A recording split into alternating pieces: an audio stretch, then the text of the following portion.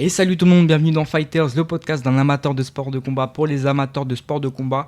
Au menu aujourd'hui, on va inaugurer une nouvelle catégorie Fight of the Week. Ça va être les combats que j'ai préférés sur cette semaine. On va parler de Samba Sima et de Matsumoto. Ensuite, on va parler de l'officialisation du combat de Kevin Jousset contre Abdul Abdouragimov. Ça sera le 26 septembre à Nantes. Et enfin, on parlera de l'UFC 319 de ce week-end à Chicago qui opposera Dricus du Plessis contre Khamzat Chimaev. Pour commencer, on va inaugurer, comme je l'ai dit, cette nouvelle catégorie de Fight of the Week. À chaque podcast, je vais revenir sur le ou les combats que j'ai préférés sur cette semaine. Aujourd'hui, il y a deux combats. On va parler tout d'abord de Samba Sima contre Umarov. C'est dans la catégorie flyweight et c'était à l'Hexagone ce week-end.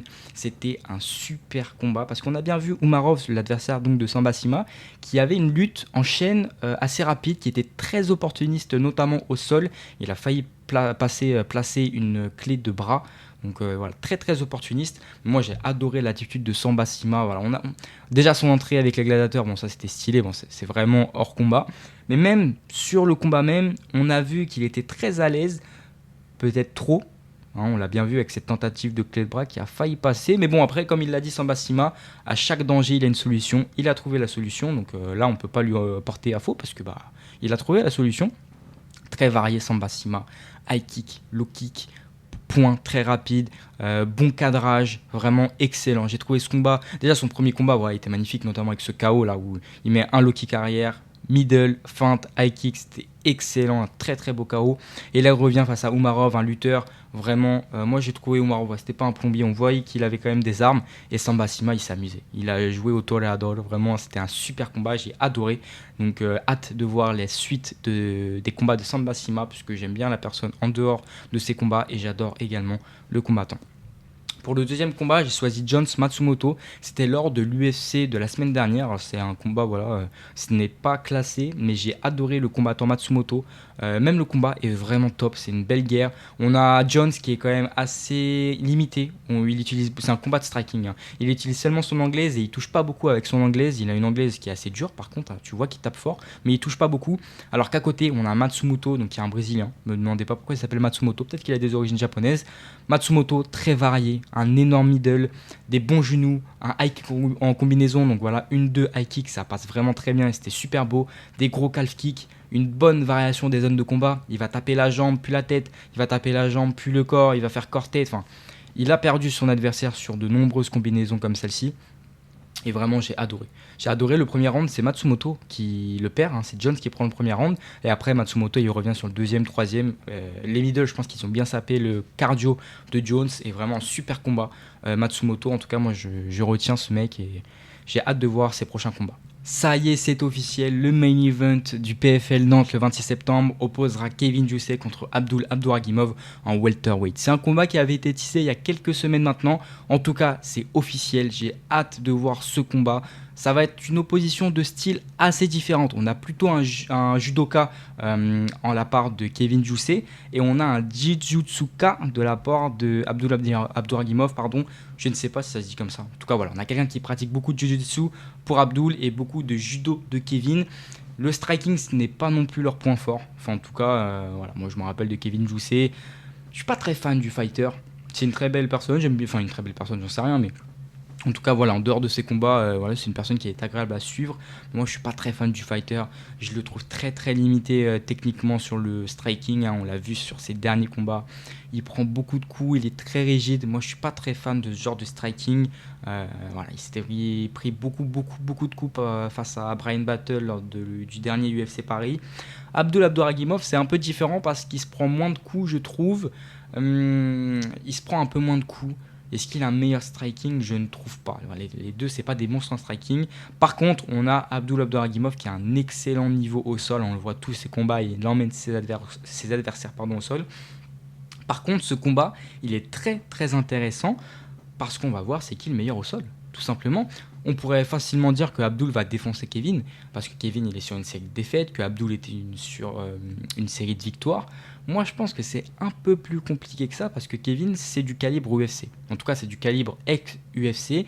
Abdul, c'est du calibre, il était à la RES. Là, ça fait quelques combats qu'il est au PFL. Mais il n'a pas affronté des mecs vraiment très très compliqués pour l'instant. Donc c'est un combat qui est assez intéressant.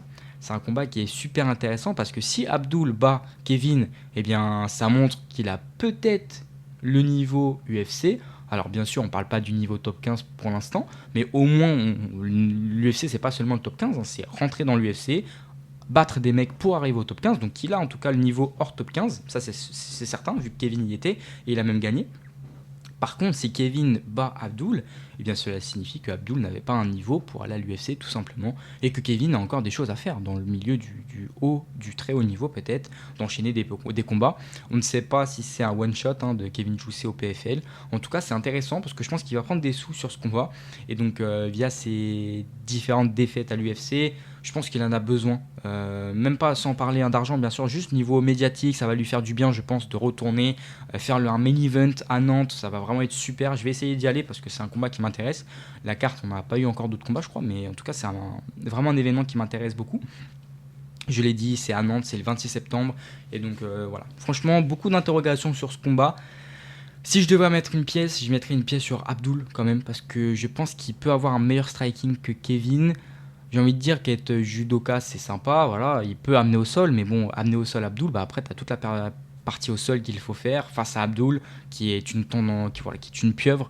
Donc en tout cas, c'est un combat qui pose beaucoup de questions sur l'avenir des combattants. Est-ce que si Kevin bat Abdul, bah, c'est quoi la suite pour Abdul?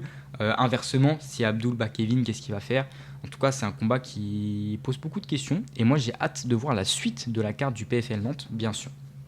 Ensuite, pour terminer, on va parler de l'UFC 319 à Chicago, les amis.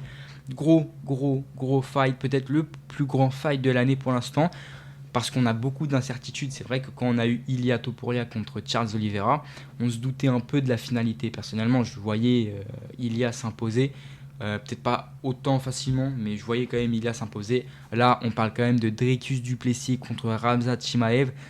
Celui-là qui me dit qu'il est sûr que Khamzat gagne ou que Dricus gagne, je le crois moyennement. Parce que là, on a beaucoup d'incertitudes et on va en parler.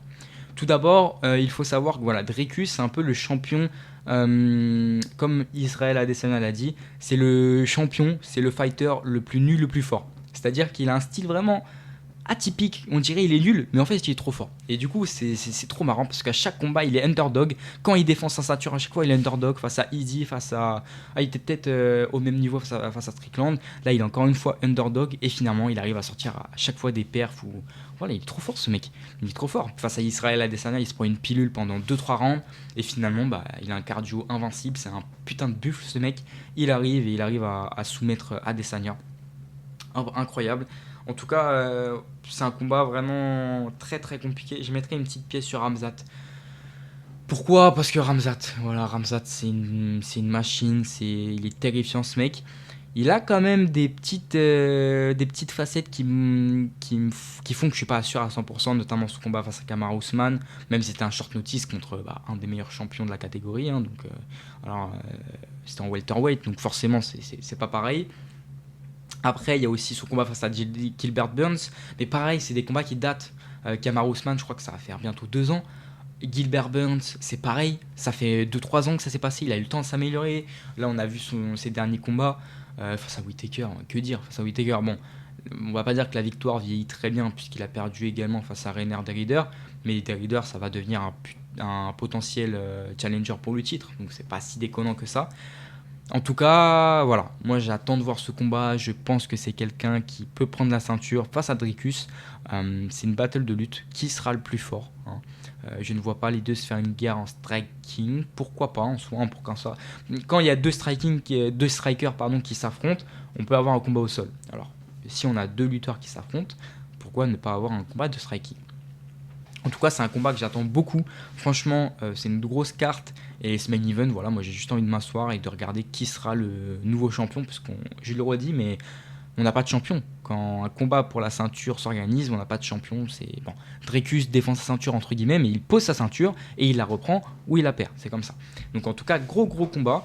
Et moi j'ai hâte de voir ça bien sûr. Après, ce n'est pas le seul combat de la carte, puisqu'on a Edson Barbosa qui combat en early prelims. On a également Brian Battle qui avait battu le Kevin Jousset, on en parlait il y a quelques temps. Donc ça c'est vraiment en early prelim. Après on va retrouver Bobby Green qui avait pris un énorme KO face à Mauricio Ruffi, qui va affronter Benoît Saint-Denis. Par contre, la main card, c'est vraiment des gros combats. Kai Asakura qui va combattre pour le premier combat de la carte face à Elliott. On a un super combat en middleweight avec Jared Cannonier contre Michael Venom Page. Je mettrai une petite carte sur Michael Venom Page et peut-être la retraite pour Cannonier, hein, parce que s'il perd là, ça va faire quoi? Ça va faire 3 défaites d'affilée. Imavov, Kaio et Page. Les 3 qui montent dans la KT, bon, ça risque de faire un peu beaucoup quand même. Après, on a Goff Neal contre Prates, Carlos Prates qui revient de sa défaite face à Yangari Machido, qui était il y a quelques mois. Donc, est-ce qu'il va se relancer malgré le fait qu'il fume peut-être 50 clopes par jour? On verra bien.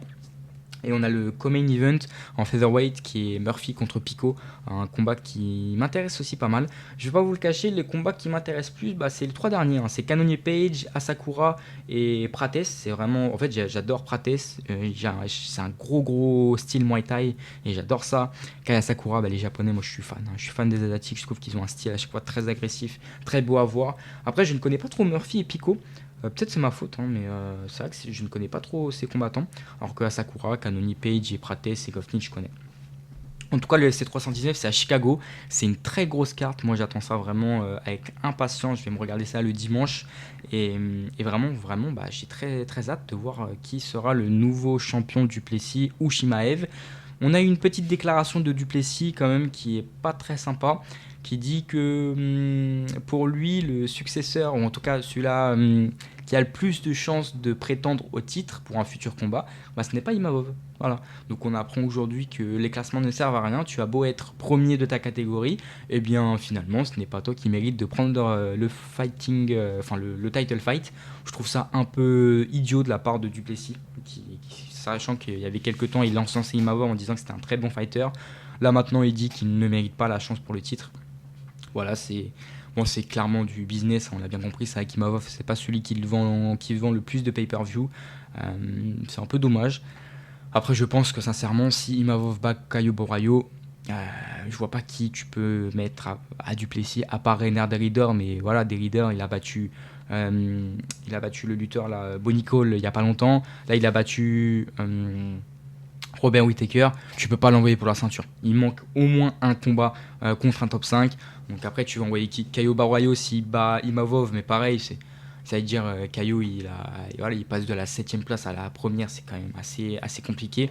Si tu donnes pas à Imavov, faut arrêter. Vraiment, faut arrêter là, c'est pas normal. Donc c'est peut-être une déclaration juste pour faire réagir. En tout cas, j'adore l'état d'esprit de Imavov où il réagit à la vidéo, il dit c'est pas grave, il y a 2 secondes, il m'a censé, maintenant il dit ça.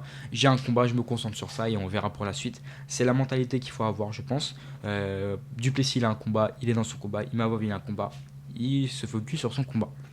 Donc en tout cas, grosse carte, j'ai hâte de voir ça donc ce week-end, bien sûr. Page, Asakura, Prates, Duplessis, Murphy, Barbosa, Brian Battle, Bobby Green. C'est une belle petite carte à Chicago.